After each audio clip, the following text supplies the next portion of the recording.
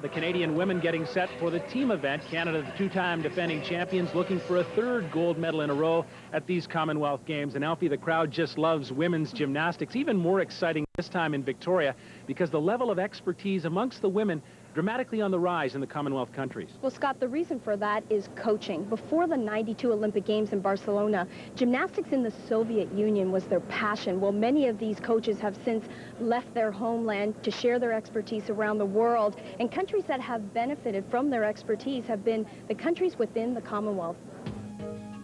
Countries like Northern Ireland, where former Soviet superstar Maria Filatova now plies her trade. Back in 1976 at the Montreal Olympics, Filatova was a teenage sensation, an Olympic and world champion. Back then, winning was easy. Now as a coach, she's starting over. It's not a champion team, just 3 girls have to compete.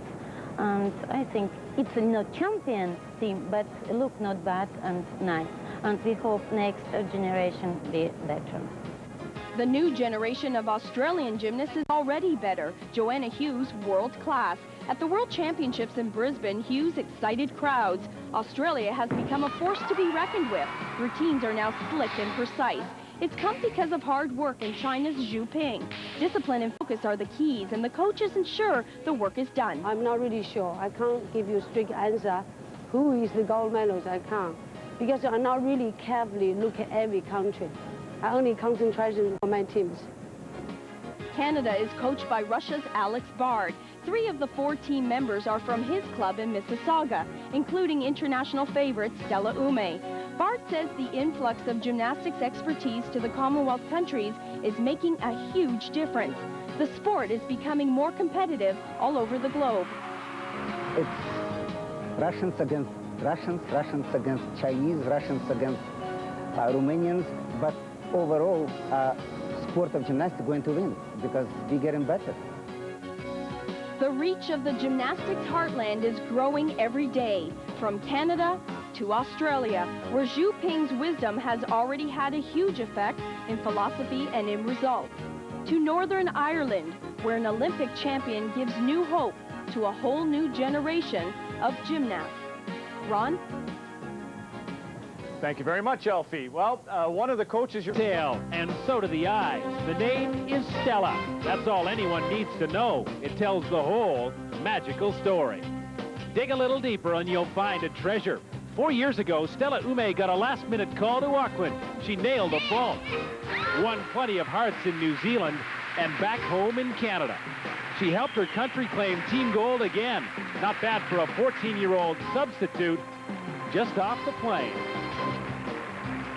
I wasn't scared at all. I was just like, I'm really tired. I'm really tired. I really would like to go to sleep, but you know, I got to train. No, I got to compete. Oh my goodness, I have to compete. I went out there, did my job, went back, and went to bed. No time for Stella to rest now. No time to falter. At 19, this team is her oyster, and they think she knows the way to gold again at the Commonwealth Games. This will be Stella's stage this afternoon, the podium at Memorial Arena in downtown Victoria. Team gold is on the line for Canada, and Canada is attempting to defend a Commonwealth Games championship. Good afternoon, everyone, and welcome to Memorial Arena. Scott Russell along with Alfie Schlegel. You know, Alfie, a lot's happened in 4 years to Stella Ume. She was a substitute in Auckland, won a gold medal, has since won a couple of Canadian championships and become an international star. Now she gets a chance to lead. Scott, you know, 4 years ago, Stella didn't have a clue what was happening to her. Actually, I think it was the best thing that ever happened. She didn't have a chance to think about the competition. She did her job. Well, the scenario has changed. 4 years later, she is by far the most experienced athlete on this team, and hopefully that experience will rub off on some of the younger team members as they hope for a 3rd consecutive gold medal. Kind of a bit of a different situation as compared to the men yesterday. This time, Canada is quite clearly the favorite. Where do you see the challenges coming from? Well, first of all, it's the same old game. You have to hit your routines in a team competition. I'll be surprised if Canada doesn't walk away with this team title.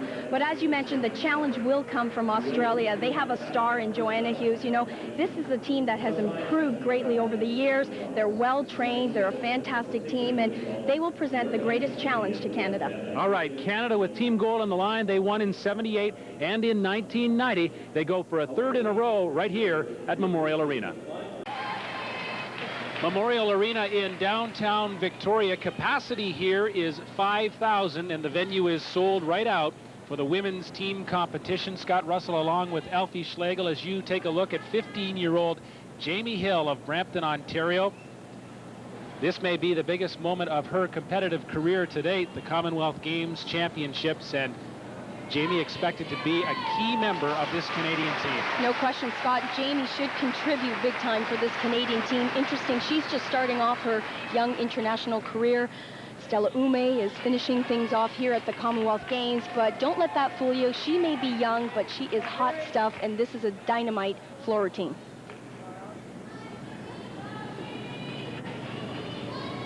.33rd all around at the Brisbane World Championships. This is a very active routine.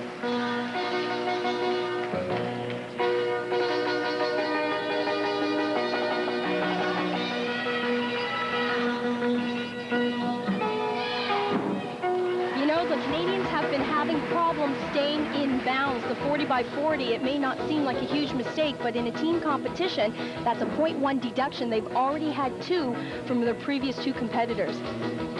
Those 2 competitors, Stacey Galloway and Lisa Symes, both have stepped out of bounds, so to speak, a 10th of a deduction for each one of those mistakes.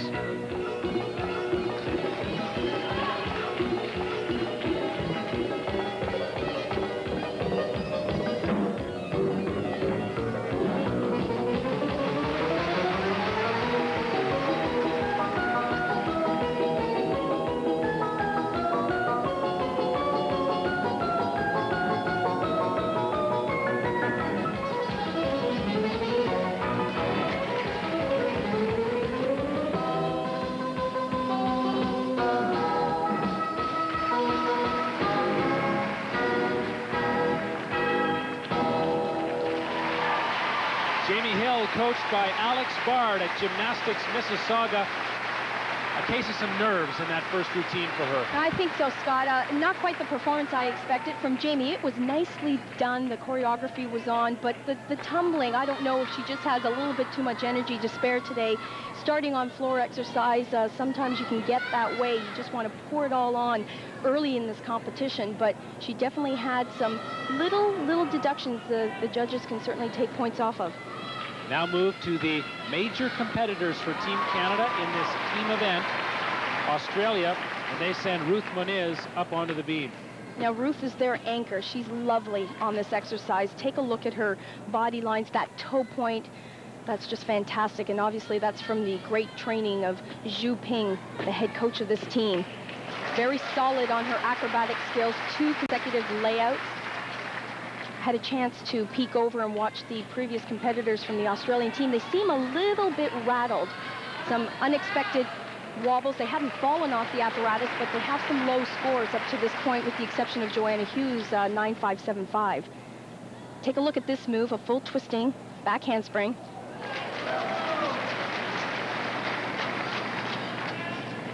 So far, Ruth is anchoring this team well. Ruth Moniz, 16 years old, from New South Wales. The Australians, a burgeoning power in gymnastics. Joanna Hughes, their big star, as you mentioned, already scored very well on the beam. This team made a huge statement back in 1991 at the World Championships in Indianapolis, placing 6th in the world. Believe me, their goal is to stay there. She had trouble on that dismount in warm-up, but she pulled it together. Double pike dismount. Great ending for the Aussies.